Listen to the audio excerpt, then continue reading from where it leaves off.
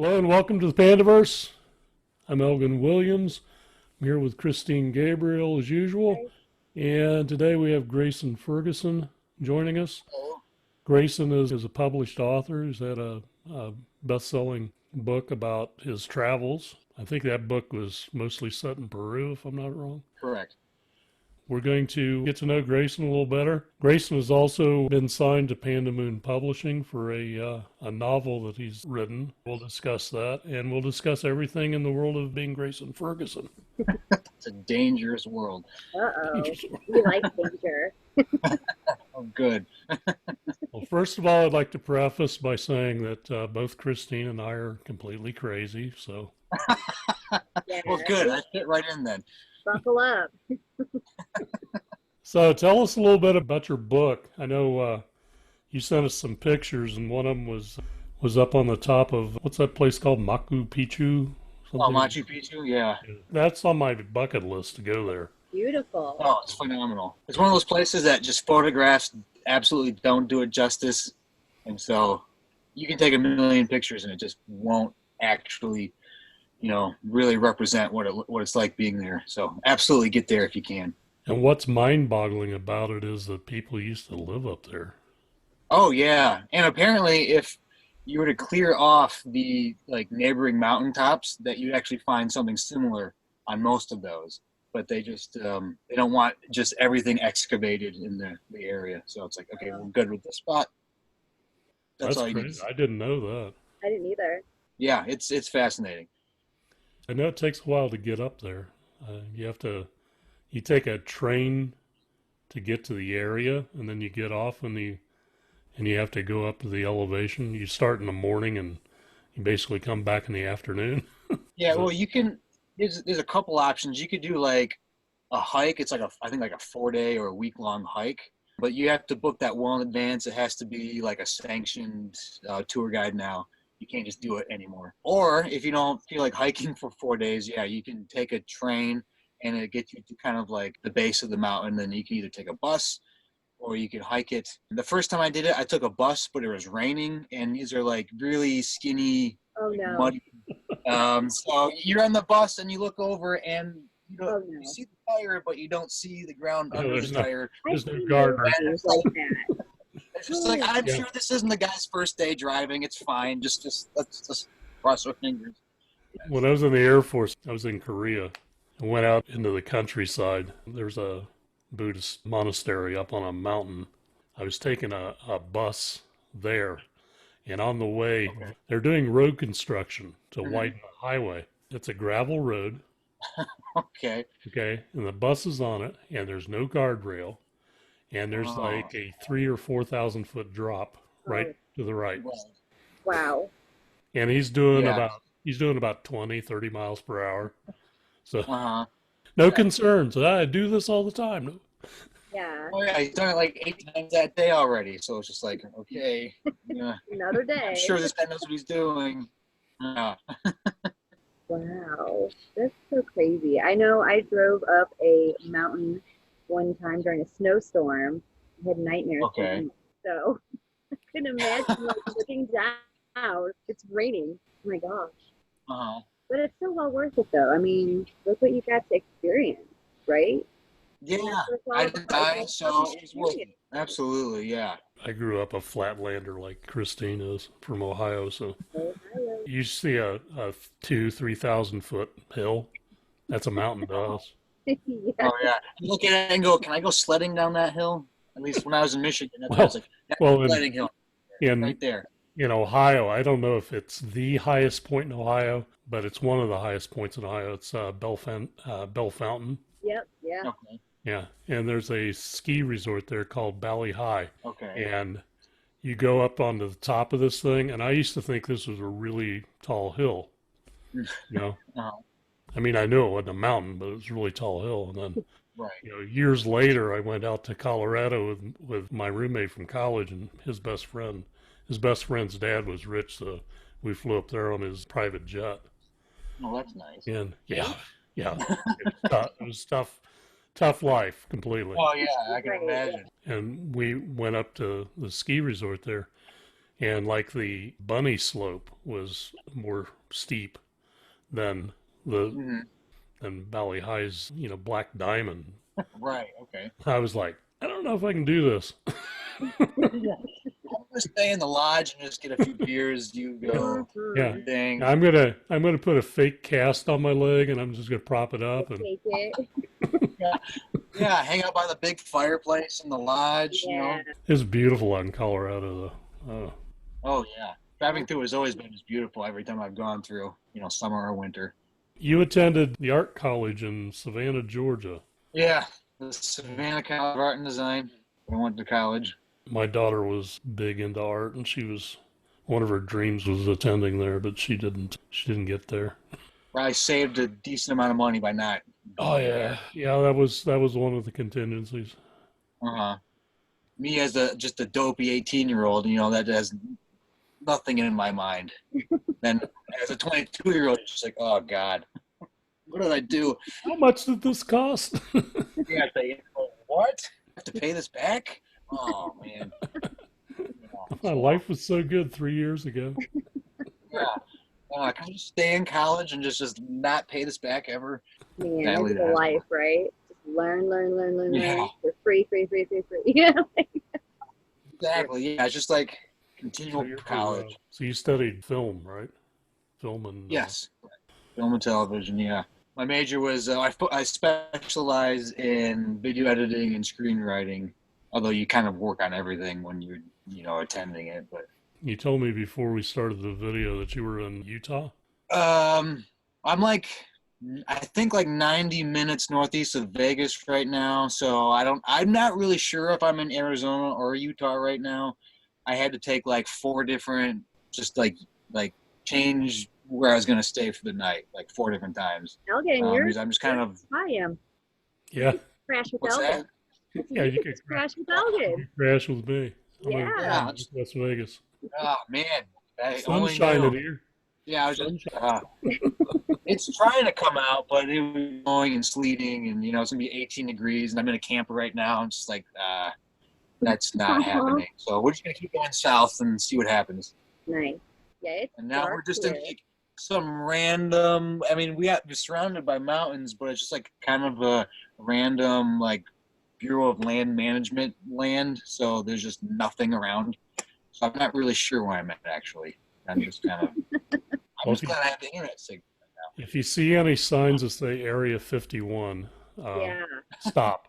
Don't go any Alien. further. Don't go. I will keep that in mind. You do a lot of traveling. I mean, obviously. What sorts of adventures have you had? Well, recently, so I had previously lived in Tucson for about 5 years, and it was my time to pack up and move, and I was all packed up, ready to go, and then COVID hit, and so I got like kind of locked in my apartment, my boxed up apartment for like 2 months, and I tell you what, living with just everything boxed up, not fun, and went back home to my mom's house in Michigan for a while, and I had no idea where I really wanted to end up, so I just kind of just bought a camper and figured I was like, I'll just putz around for an indefinite amount of time until I just, this looks cool. I'll stay here now. That's awesome. That's like So, a I mean, it's because that's a dream life. I mean, it's been an adventure. I mean, not a lot of it has necessarily been a dream. There's been some issues, but an adventure nonetheless. So just me and 2 dogs, just. That's the best though. I would do Yeah. that in a heartbeat. That's definitely the best time to do it when you're young like you are. Mhm. I figured I have no attachments. I work from home, so let's just do it now. People Making people that are memories. my age. People that are my age buy a Winnebago. They drive around with their wife and their terriers. And I have seen a lot of very small dogs with those kinds of vans. yeah, you don't Winnebagos. want to take Great Danes with you in a camper. Oh come on. No. That's great. Well, I have one dog. She kind of has driving anxiety a little bit. So she's like this black and white golden retriever Springer mix. So normally, if I'm just driving regular highway, she's fine. She's just sleeping in the back seat of the truck. But if I start taking like a mountain pass, we have to slow down or whatever. I'll just be driving, and all of a sudden you have this like this ear or this nose just kind of slowly creep up next to your ear and just start like hyperventilating in your ear, right when you need to be like focusing. She just starts losing her mind and like messing with your seatbelt, and it's just like, you gotta stop. You don't want to die right now. Later's fine, not right now. So tell us about your dogs. I love dogs. I have quite a few dogs. So tell us about your dogs. I mean, your dogs are obviously you're part of your family, travel with you. Yes, well, let me just turn this right here. I don't know if you can see these two. Oh, look Two at dope. them. So, Yeah. all right, so the black and white one is the one that just like can't drive well. And then the one with the sweater, that's like a 3-legged pit mix, and so she's just kind of pooped and hanging out right now. I have a pit mix also, and he's a big marshmallow. So his name's Texas. Yes. I love Nice. She has a dog that likes to eat glasses. Elgon came up to visit in Ohio when he lived in Florida, and Dallas is a Staffordshire Terrier. His little pocket pit bull. She just loved Elgon so much. She ate his glasses, and loved him that much. So, that's she was always when you're eating. When I was trying to do some work on my computer on the kitchen table, she would like put her paws up on my lap, put her paws up on the top of the table. She wanted attention constantly. So, I mean, typical dogs. Typical dog. Yeah. Dogs can tell if you're a dog person. mm-hmm. Oh yeah, absolutely. Like if the dog doesn't like you, you got a problem. Right. Exactly. I live by that motto. Yeah. Like if my dog doesn't like you, then there's something wrong. You cannot be my friend. Like, no. Yeah. A hard pass. Tell us about your work in progress. Your book. It's a sci-fi mystery thriller type thing about DNA. I like to call it like a grounded sci-fi. It's not like super crazy like Star Wars. Star Wars is almost more fantasy. It's kind of like if my thought was with the progression of like medical science, the human body no longer has to like adapt and evolve. Like science does it for us. If we need to get better, science fixes us. And so the idea was maybe they wanted like jumpstart it, humanity to start like a kind of evolving again. And so they will basically identify people that may potentially have cancer or different like genetic mutations and just kind of remove them from society. So everyone's pure. So everyone kind of passes on the best genetic material possible. And then anybody that might kind of disrupt that is just kind of removed from society. And the book focuses on, there's a single mother, and she's kind of like, she works in the medical field, but her son has cancer. But because with her position, she's able to kind of like hide it. She can kind of like cover up the DNA scans that they regularly do to try to catch people that might be doing that. But one thing leads to another, and the government finds it out, and so they kind of just pluck the son away from mom, and mom gets arrested for like hiding the kid. And then the rest of the book is just about mom trying to get out, mom trying to find kid, and just what happens to the people that are removed from society for having like a genetic issue, because no one really knows. It's just kind of a mystery for what happens to people. Sounds like something that could possibly happen in the future that I don't ever want to see happen. Scary. I made it happen. Like the book takes place in like not immediately, but you could see the future from here. Right, so I still wanted it to be kind of like familiar, but like distant enough where you could be like, oh man, like that could happen maybe. It could. No, it could happen. I mean, there's, they do testing and things like that, and the future, you don't know what. If you start cutting out parts of our genome because you're afraid of the diseases that might follow that way, you don't know what kind of repercussions that would have to the general population, because you're cutting out a lot of other genetic material that might be beneficial society. Exactly. You don't know that. Start that a little later, but that's later. That's definitely a topic that gets covered. I mean, it sounds like a fascinating book to read. I can't wait to read it. I'm super excited. I love books like that. So you've already got a fan. Yeah. Sweet. If Sarah liked it, I'll like it, because Okay. I haven't read a book yet that Pandamoon's published that I didn't like. So Well, I hope to not be the first. I don't think it will be. There's going to be one. It's going to be fantastic. So your travel book has an interesting title. Yes. The So Travel for the Soul, even if you don't have one. It's the greatest title ever. I do like it. It tickles my fancy. Great. It's available on Amazon.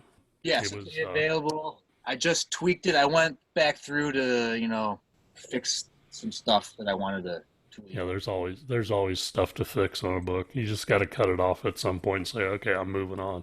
Yeah. Right. But There's more just like a spelling error, like you read, like start flipping through it, you're like, oh, really? Okay. my first book was Pandamoon. I think it's in chapter 3. It's pretty early in the book, but one of the characters' names was misspelled. And made it all the way through editing. I've read the book probably 15 times at that point. I've read it like 15 times. And I never noticed that until it's published, and I'm going through it, and I'm like reading it. I'm going, oh well, this is pretty clean. This is pretty clean. I went, oh man, it's misspelled. Always how it is. It's misspelled. That's how you tell it's a good book, though, because you're so focused on reading it that you just so easy to glance over. A lot of people wouldn't even notice it. Okay, right. As far as readers go, but somebody will, and they'll bring it to your attention. Oh, always. I tend to be that type of person with other people's books. So I'm good at finding those mistakes usually. Okay. But I can't stand people who do that to me. It's like, just if it bothers you so much, take a pen and put this other letter in there. Well, I have a Medium account, and from time to time, I publish stuff almost every day on there. But every once in a while, I'll get one person that messages me.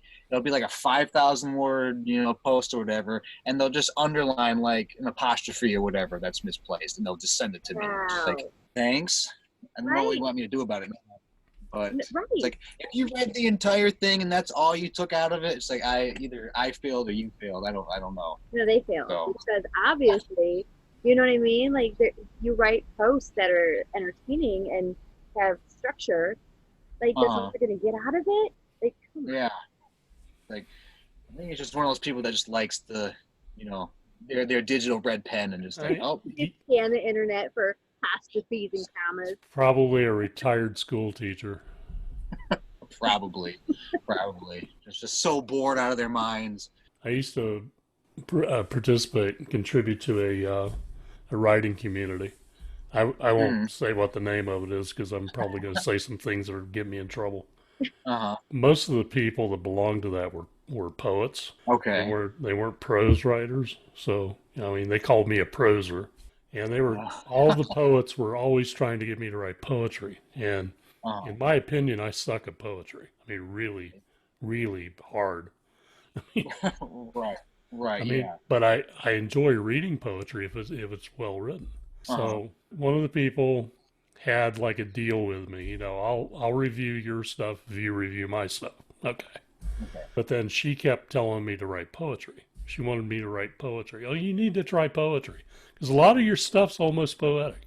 So I write some poetry to satisfy her. But overall, it was a good experience, except there's a lot of people in that community who had no idea what they were talking about, but considered themselves experts. Okay. Right. And there were also a lot of people there that were really good writers that were really good at telling you that something's wrong in your book, but not telling you what it was. Oh, absolutely. But there were a few people who would go through and tell you exactly where all your mistakes were in something that you had just posted.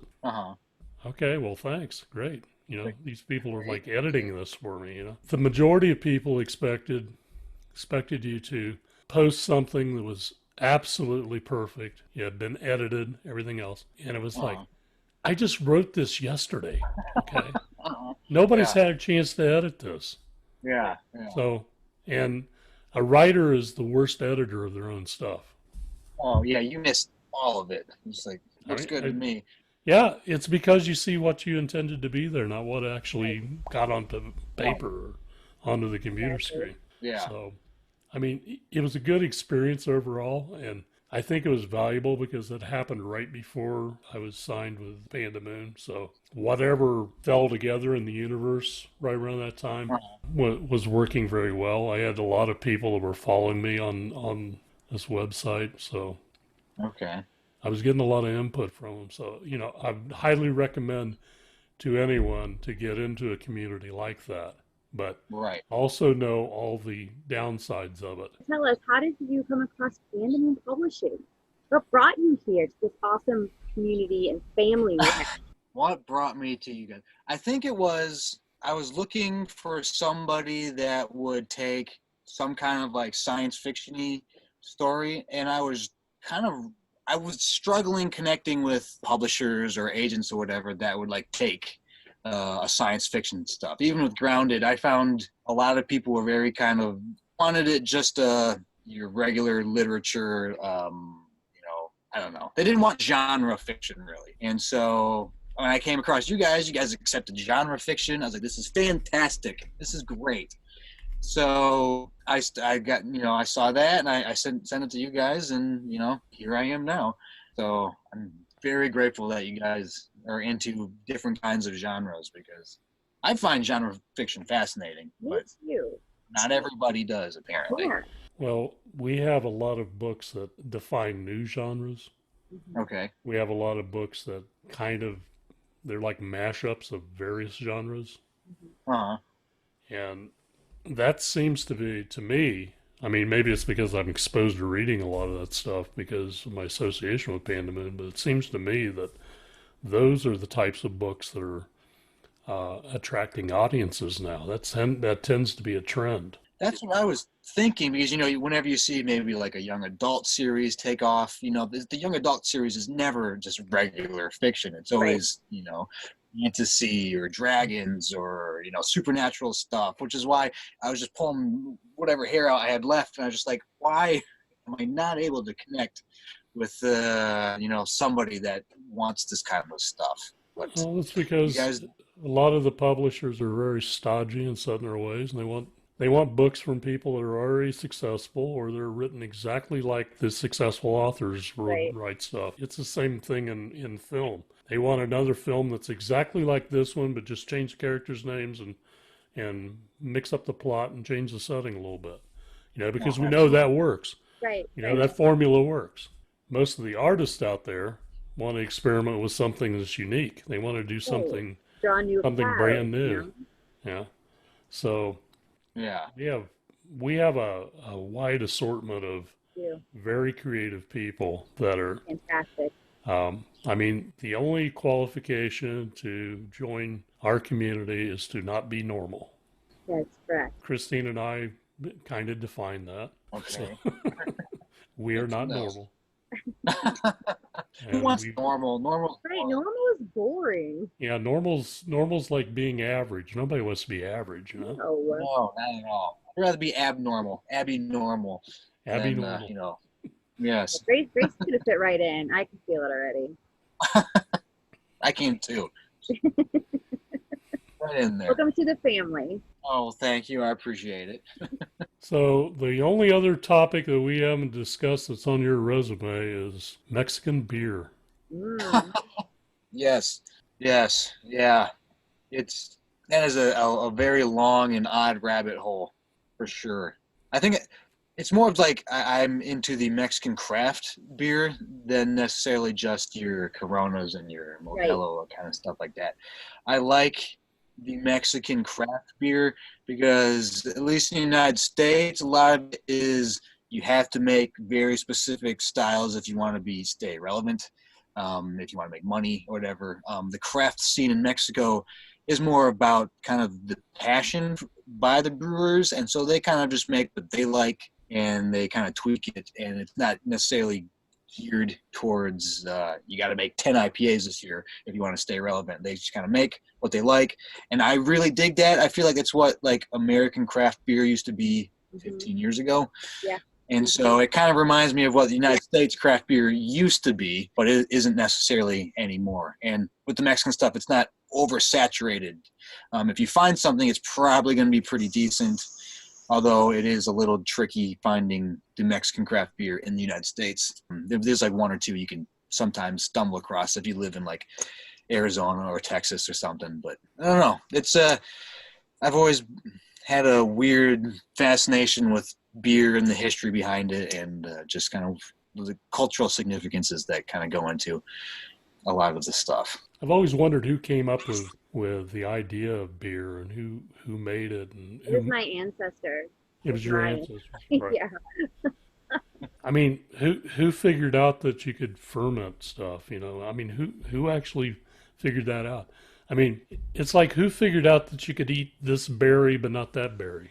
You know, I mean, somebody had to die. Right. Somebody had to die eating the wrong berry to determine. This tastes good. Yeah, I can actually give you a little bit of an answer to that though with the beer thing. Okay. But it's so back when most of humanity was around like Jerusalem and the Middle East area. They started to kind of become semi-nomadic, so they would kind of not only follow the animals, but kind of follow the seasonal crops.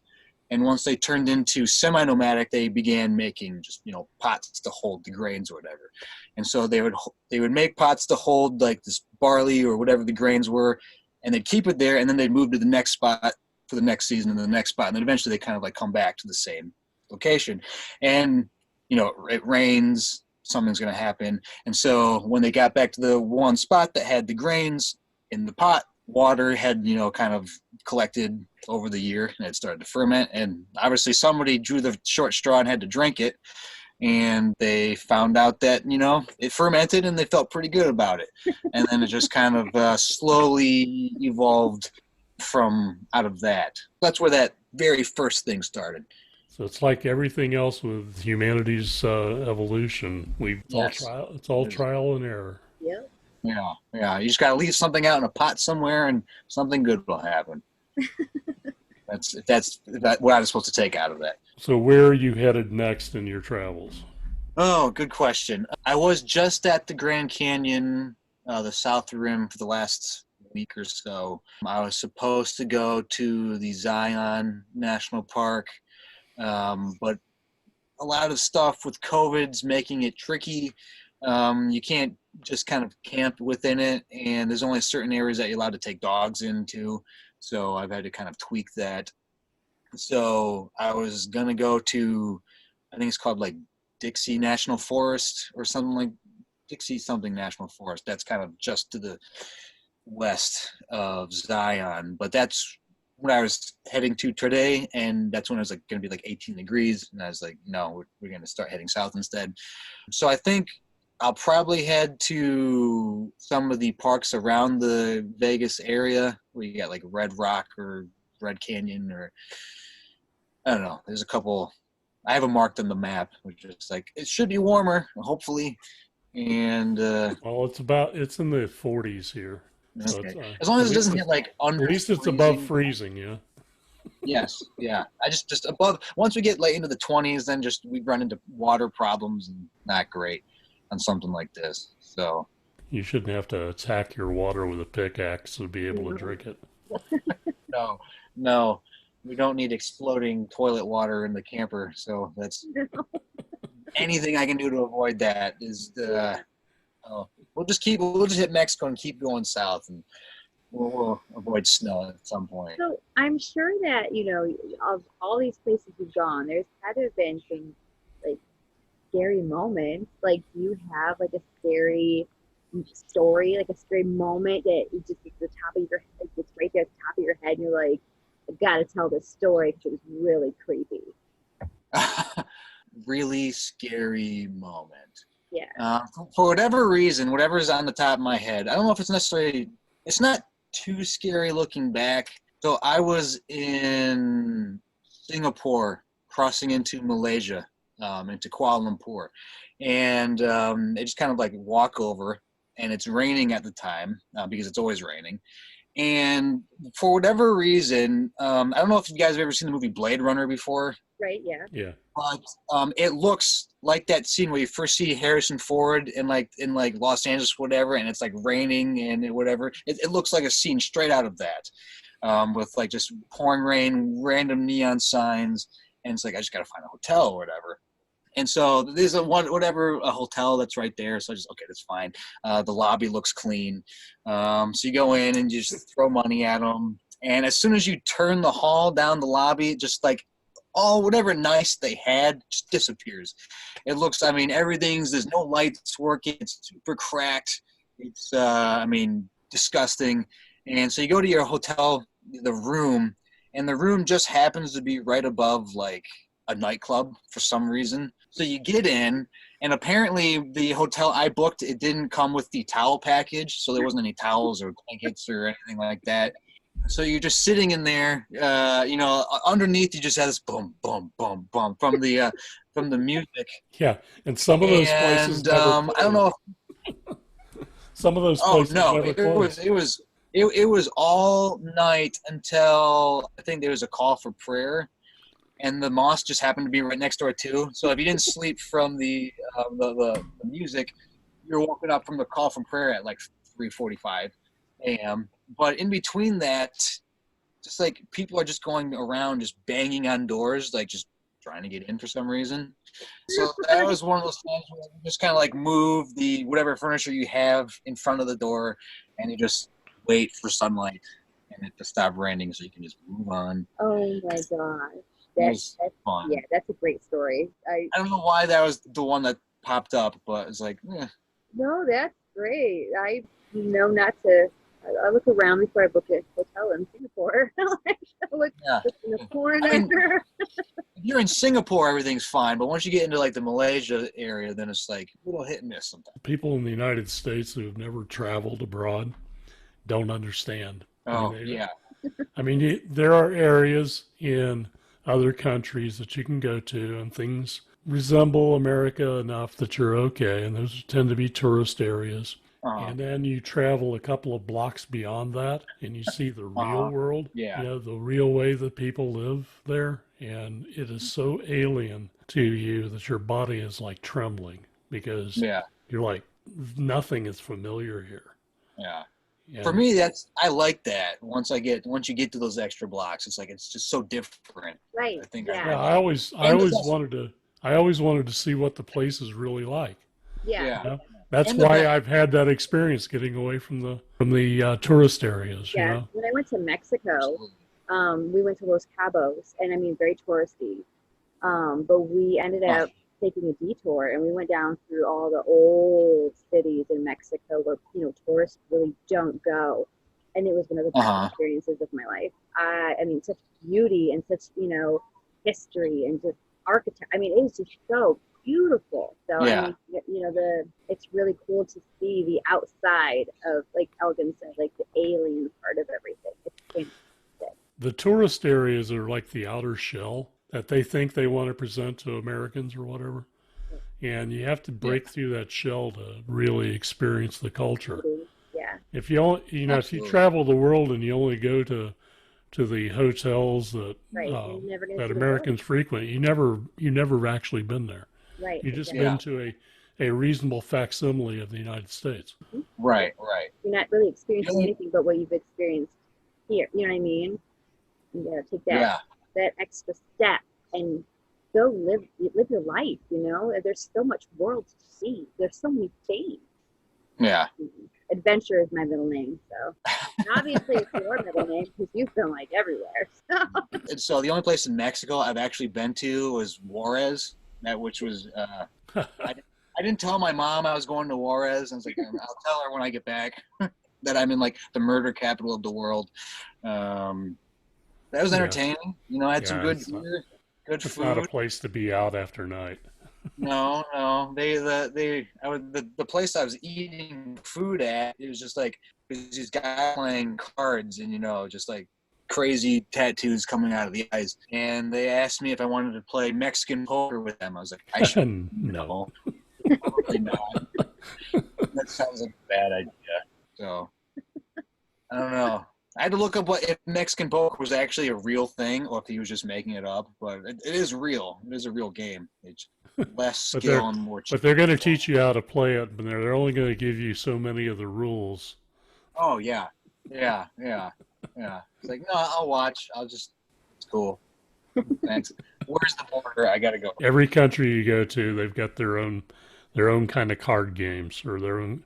If you go to the Far East, they've got these little tile games that they play, similar to Mahjong. You got to match tiles and do everything like that.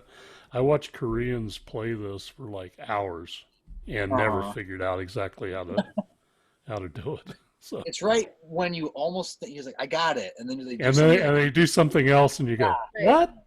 I have no idea what's happening. Okay, it's a good way to pass the time. That's what makes it interesting, is actually meeting the people and getting to know the people. It was unusual because I didn't speak a lot of Korean. I spoke Chinese, but most Koreans don't speak Chinese. I was picking up words as I was going. So I have a little bit of language aptitude, so I could get by speaking to the people, but mostly I was relying on other people who spoke enough English that I could communicate. It's an unusual balance for most Americans to do, because if you live in the United States, everybody speaks English. Right. I mean, not everybody, but 90% of the people speak English, even if it's in their primary language. You get spoiled. You expect everybody to understand you. Yeah. And you go to one of these other countries where, you say something to somebody and they go, oh, and they'll be gone for about 5 minutes and they come back with somebody that can speak English. Right. And they don't speak English well enough. No. But it's almost, you can almost communicate.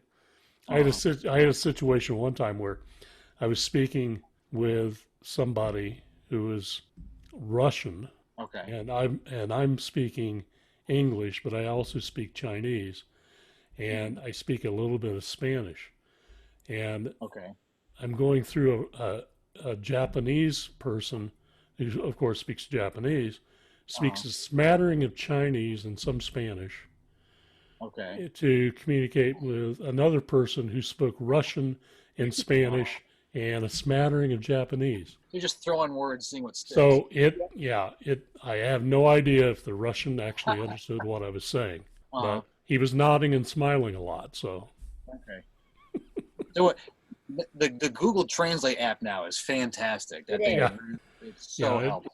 It'll get you about 80% of the way there usually, maybe a little better. Yeah, I tried to use it, like 6-7 years ago. That was still a little like, no, I don't want to meet your potato. Yeah, the grammar's not going to be exactly right. There are going to be little nuances that it misses, but generally, if you want to be able to communicate with somebody, you can use that to get the gist of what you want to somebody else, and they'll understand it. And when they read it, they're probably reading it on the level, oh, this guy's communicating with me like an 8-year-old would. But they understand enough to get by, and that's usually enough. Mm-hmm. Yeah, I wish I'd had something like that when I was over there, because I would have had much more relevant experience, communicating with people. They could have talked to their phone and showed me what they were saying, and I could have fumbled through it and made it back. That would have been much more interesting. Did you have like a little translate book, or was it just kind of like? I had a Chinese English dictionary and I had a Spanish English dictionary with me. But I knew enough Spanish. I had a fairly good Spanish vocabulary, but I could not tell you if I was speaking the proper tense on something, because I was never really good with that. There's too much conjugation. And one of the values of Chinese is that the way that they express tenses is with aspect markers. They have actually special characters in the placement in the sentence, or the structure of the sentence tells you what tense it is. For some reason, that worked better with my mind than conjugating verbs. Right. Oh, I'm terrible at that. It's like, I don't know. I have enough trouble with English. I mean, you can ask my editor, you know. Oh, yeah. Oh, yeah. You should look at my Grammarly record. It's like, ooh, this guy does what for a living? It's like if somebody back in a, did you intend this to be in future perfect tense? Yes, What I is did. what is future perfect tense? Explain that to me. It should be okay. Well, I've enjoyed talking to you. I think you're going to Also, fit in well with the crowd. I think Yeah. definitely definitely. going to want to know you. Yep. So Oh, well, that's I'm an a open. that's a good start. I'm almost too open sometimes. So, but ask away. I think a lot of our authors are gonna get along well with you because Yeah. I Okay. mean, you fit right in. Well, good. I'm And glad. like we said, welcome to the family. Well, thank you. I appreciate it. Nice warm welcome.